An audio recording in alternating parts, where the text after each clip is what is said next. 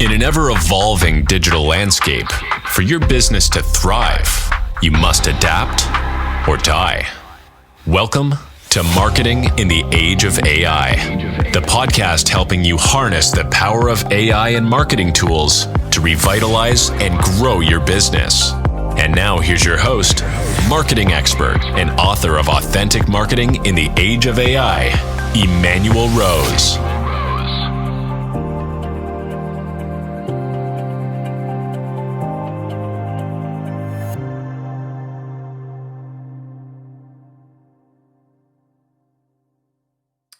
Thanks for joining me today to take a look at marketing in the age of AI.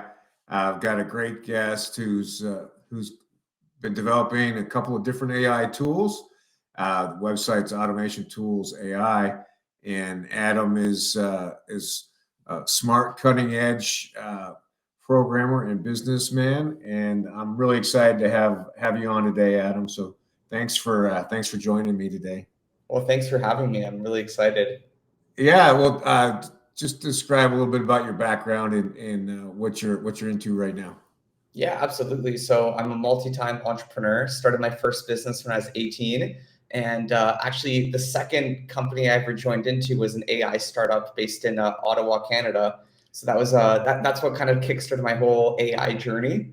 After that, I actually went more into SaaS businesses that had nothing to do with AI. But as of about a year and a half ago, 2 years ago, really kickstarted everything back again. And that's where I'm at with automationtools.ai.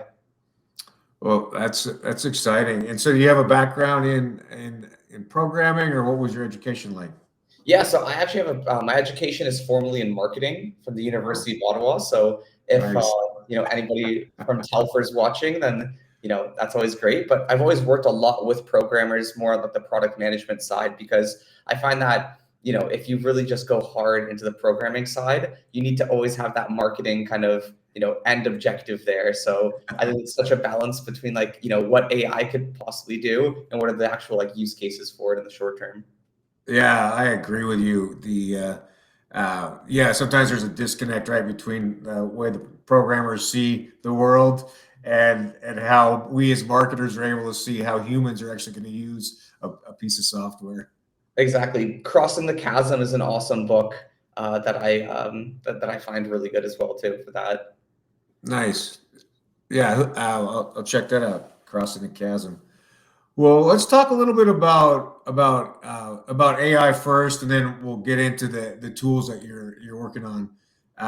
But I'm interested to know how you are envisioning AI impacting marketing over the next like 1 to 3 years, right? In this kind of chaos that we're in right now. Yeah, absolutely. I don't think it's going to be a situation where, people are screaming and all scared about their jobs and everything. I think it's actually going to be a huge enabler to allow humans to be a lot more creative. Because when you think about it now with AI, the personalization plus the outflows that we could do is going to just go up 10x, 100x, 1000x.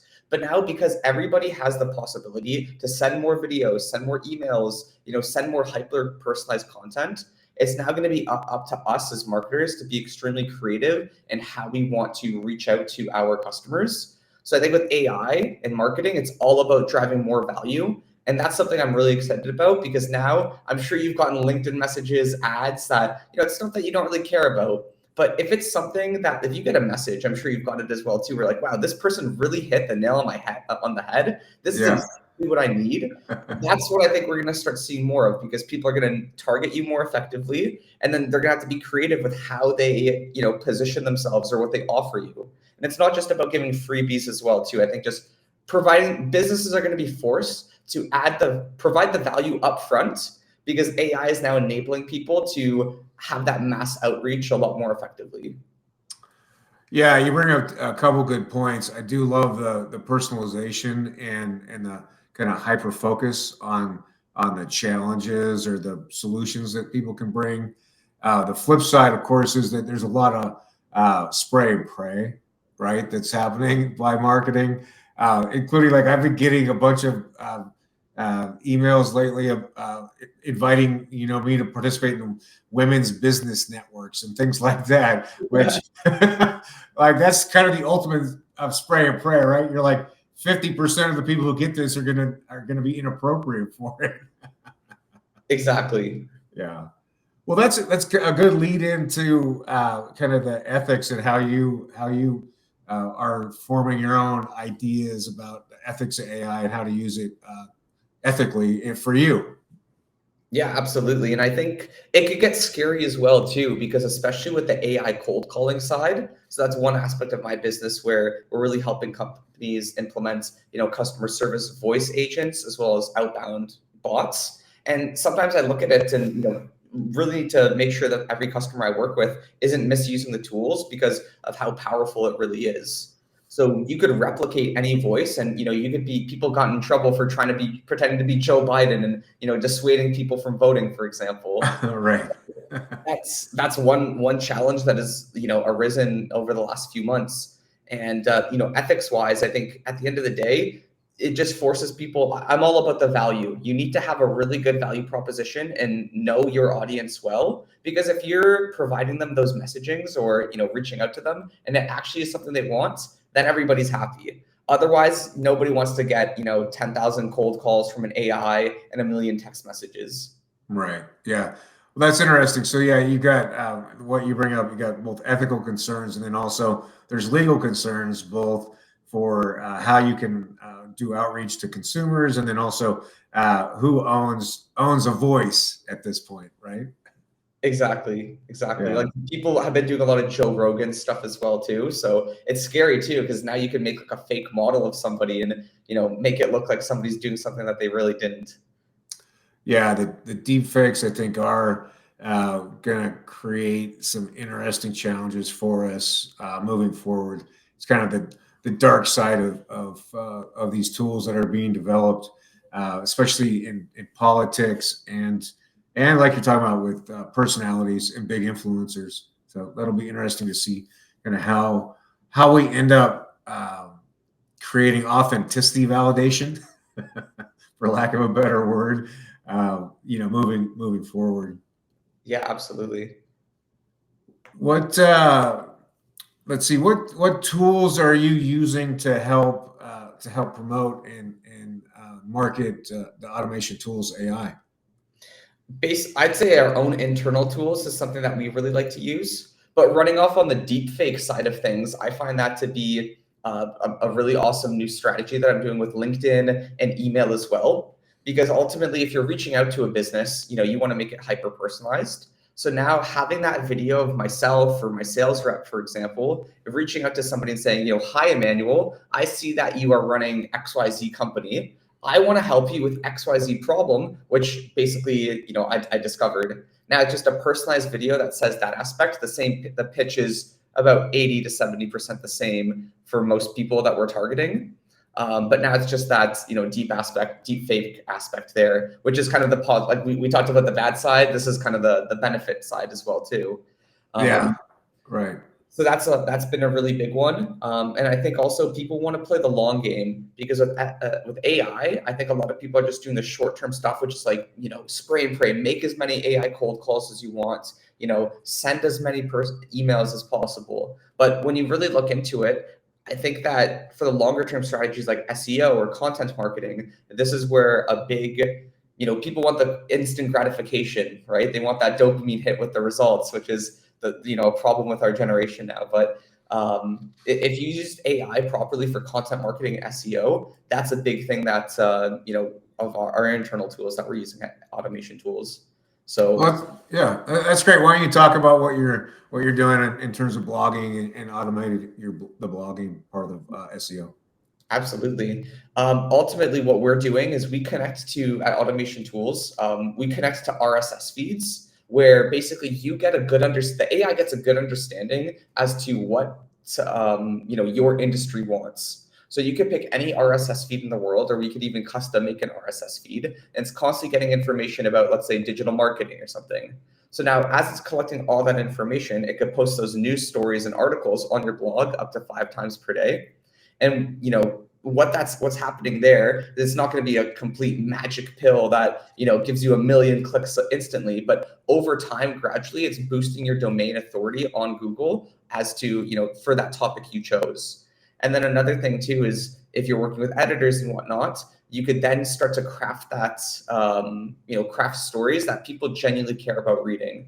Because I'm sure you've probably done it before where you read a cold email or you read an article and you're like, wow, this was really like pure chat GPT. There's no creativity to this whatsoever. Yeah. I think the cool part of marketing is going to be taking the AI components and then using your own human creativity.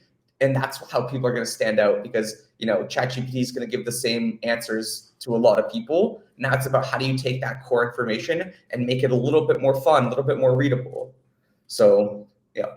So you're able to take, like, if I say, hey, I would like to, whatever Neil Patel puts on his website, I'd like to RSS that. You take that information and then you're churning it through chat or one of the other GPTs, and then rewriting that content. Is that kind of the high level? So to put it simply, it takes information from RSS feeds. It gathers that information, chooses particular articles, just gets knowledge creation basically. And then from there, it posts articles on your website automatically so that you constantly have a whole flywheel of content coming from your site daily. And we're working on having an integration too, where now we can repost that on LinkedIn or social media. That's kind of the next step. But right now, website is the main thing that we're finding really beneficial for SEO. And you can see how it just turns into more content marketing from there. Yeah, no, I think that like we were talking about earlier in the week is the idea that the best way to have content for bots is to have the bots write the content, right?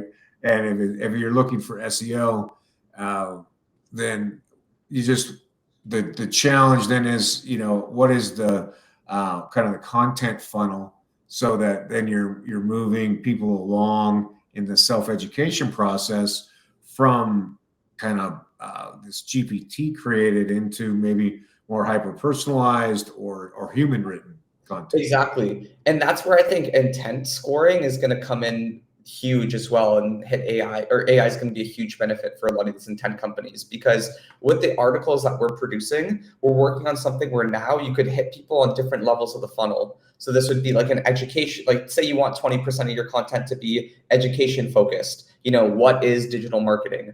You're not going to close those people instantly. You know what I mean? They're just learning about it. But if they start looking up stuff like best digital marketing agencies in Los Angeles or Silicon Valley, then that's where you want to start having more of those articles written as well too. And these are all very easy things to kind of replicate. And you want to have the brand guidelines set up for your business specifically, so the AI knows how to speak in a specific voice. That way, it's not just generic as well too. And that's Yeah. And is that part of what you're doing in your onboarding process? Is establishing a brand voice and which RSS feeds that you're pulling initial content from? Totally. So the brand voice is more of an advanced feature that we're still working on, but the RSS feed is a huge one because, for example, let's stay in the digital marketing aspect of things. Digital marketing has, say you're a digital marketing company, you may want to talk, if you just put an RSS feed about digital marketing, that's going to give you such a wide range of topics. But now you can focus on SEO, you can focus on content, you can focus on ads, you can focus on, PPC. There's a lot that goes into it. So now it's about segmenting the different conversations as to where the AI gets the information, and then how much you want to talk of each topic do you want it to talk about. That's, I think, a big feature as well. And then are you able to set like the number of words as a parameter also? Totally. I'd say that's kind of like more of like on the back burner there, because I know some people do like longer form content, but quite honestly, like 250 word to 500 word content also performs pretty well sometimes too, because people just want those quick hits of, bullet point information. So yeah, it is, it's obviously malleable there. Nice. So then we just talk me through like what kind of the next 6 months of your product roadmap looks like as you're seeing it now. Yeah, absolutely. Well, at automationtools.ai, because we're kind of like a conglomerate when it comes to different AI tools. the two products we have right now are the AI cold calling tool as well as the SEO tool. With the SEO tool, what I think is going to start coming in more are highly targeted, keyword strategies as well. Because with SEO, content and production is one thing, but you need to get backlinks, you need to gain authority, you need to, make sure that you have quality content that people are actually reading too, good site speed. So I think adding more features that really have a holistic feel to the to making SEO better for your website are the features that we're adding. So I can't divulge everything, but I'd say like more targeted keyword research and then being able to take that content and post it on other mediums is going to be massive, and having that brand voice is going to be big too. On the cold calling side, I'd say we're actually moving more towards customer service because, if people are, and this, it's nice how it kind of comes in together here, but the whole idea is that if people are going on your website and they like the content they see and you're ranking well, that you want them to call you. So now instead of having to, say it's like Saturday, 11 o'clock, you're just doom scrolling on Instagram, or, you find this post that you like and you find this company. If you want to make that call or have that interaction instantly, AI helps with that because now, you don't have to wait for your Monday for your team to take those calls. So, yeah. Oh, I like it. Yeah. So you got the calls, and then also, I guess that's where the chat bots come in also, right? Absolutely. I think chatbots are a big, obviously we're hearing a lot about them, but companies aren't really doing a good job right now making specific chatbots for specific industries. I think, everybody, like generic chatbots, sure, they're great, but you really want to make sure you know your customer well, and that the chatbot you're deploying is actually helpful for your industry and has that knowledge-based experience with it. Yeah, that's a good point. If you're gonna interact and spend time with a chatbot, you want to be able to either get the information you need or be able to set a time to talk to somebody, that's convenient for your time. Exactly. I feel like with some chatbots, there's been glitches where like I'm on, like a cat toy, website, and then basically it glitches and starts talking about like dog toys, and I'm like, that was, you know what I mean? Like it's not perfected quite yet. Right. So I think the next evolution of the chatbots as well is going to be actually implementing, like taking the customer through the next step, not just answering their question and giving them, the link to buy or something, but actually helping them, solve whatever problem they're actually asking for without that human aspect. So if you have like a ticket issue, it helps you actually resolve it, not just gives you a generic. I hate when you're talking to a chatbot and you're like, how do I solve this problem? Here's this article, Right. Solve it for me, please. Right. I mean, that's really where the AI should come in and be grabbing information out of the article in order to have the conversation, right? Exactly. Yeah, I agree.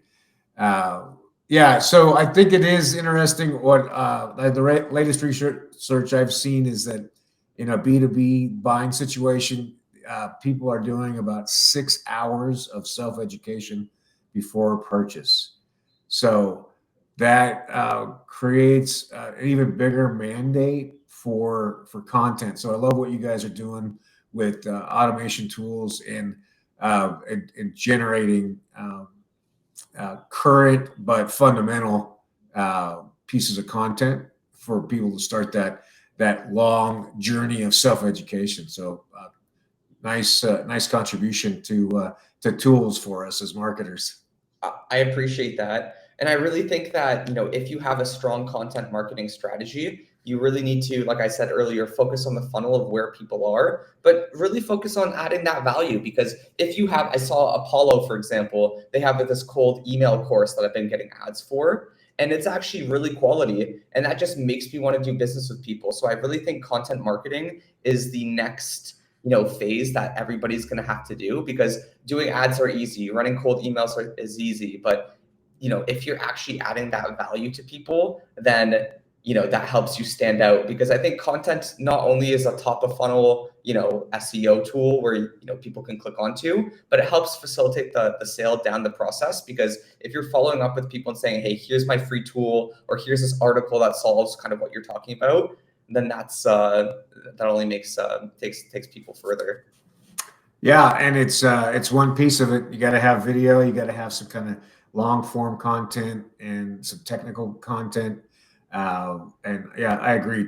You've got to zero in on your content funnel as your prospecting tool, and really be committed to 6 hours is a lot of content in order to help guide somebody through to actually calling a sales rep or a service representative. So Absolutely. And I feel like a lot of people too in the early days of this are just going to have, baseline ChatGPT, very basic content strategies out there. But as we start to get more personalized, that's where, because there's still a human element of understanding your customer. yeah. So that's where I think it's, people are they're going to miss the mark and just try to ChatGPT everything. But if you, use that tool, but now really personalize it for who you're targeting, that's where the power comes into play. So don't be lazy, people. Actually, Yeah, and learn your prompt writing and be committed to good prompt writing, right?